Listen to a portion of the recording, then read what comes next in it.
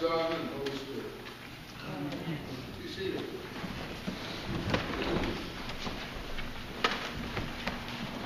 This week, Tony Norman had a column in the Post-Gazette.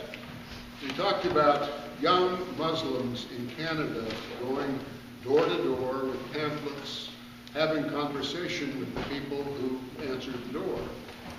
People who had sometimes had some arguments with the Muslims. And Tony went on to say what would happen in this country if we did that. If young Muslims went door to door and talked to people and handed out pamphlets and had conversation to see how things would go. And he said that he didn't think it would go very well in this nation of ours that's full of guns and full of religious bigotry and full of all kinds of arguments and people who don't know how to listen. He didn't think that that would be a very good thing for us to do. And I agree with him. I think it's a very hard thing for us to accomplish. And we need that in this country. We need to have people who listen. We need to get beyond the religious differences that we have.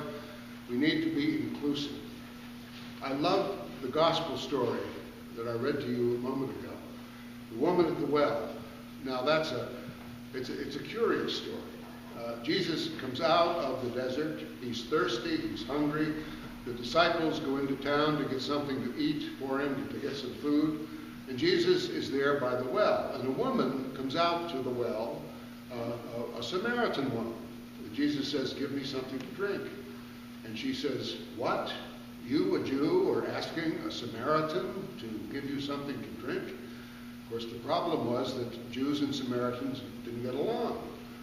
Jesus used Samaritans often as a marvelous example of the divisions that they had in their society. The Samaritans had been a problem ever since the Assyrians had taken off the northern tribes, and they left some of them behind, and there was always this perennial argument going on. So Jesus said to her, "Yes, give me a drink." And she did not, and he did not get it. But he said, "If you knew who was asking you for a drink, you would ask him, and he would give you living water. And living water would be all that you would need."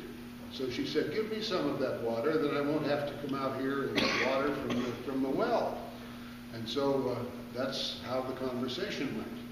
Well, she went back into town, and she said to the people around the well that was in town, "Come with me. I have found someone who I think is the Messiah." Now, what is fascinating about this is that this was not only a Samaritan woman, but this was a woman who had had 5 husbands, and the husband she was living with, or the man she was living with, was not her husband. Jesus told her this, and yet she was accepted by him. And she went back into the town, and the town was full of women around the well, and you know how that works. All their tongues were wagging, and they were talking about this woman, and who she was, and all of the husbands that she's had, and what is her problem, and why is she doing all of these things. And yet, they believed her. And they flocked out to Jacob's well, and there they saw Jesus, and they talked to him. And at the end of the gospel, they say, "We do not now believe because of the things that we were told by that woman. We believe because we have heard what you have said." And there it is. That's a beautiful, beautiful story. Now, the reason that that's a powerful story is because of inclusion. Because here was this woman, not only a Samaritan, but also with 5 husbands, and a man who was not her husband she was living with. Jesus accepted her. He had her in his community. And the women around the well in the town, well, they didn't like her at all. They didn't want anything to do with her. She's a bad person. But Jesus accepted her, and he accepted all of them also when they came out to talk to him. Now that's what we have in our lives. We have a Messiah who accepts us. Now, the wonderful thing about Lent, or are the Gospels that we read before each Sunday. And we started Lent with the Sermon on the Mount. And here was Jesus not only telling us the law, but expanding it. Not only are we not to kill, but not only killing is a problem, but being angry with your brother is a problem. Not only are we not to commit adultery, but having lust in our hearts is a problem. And so there we are. The law has been expanded. And yet he goes on. And he has a conversation last week with the Pharisee. And he accepts him into his life. And this week we're talking to the Samaritan woman.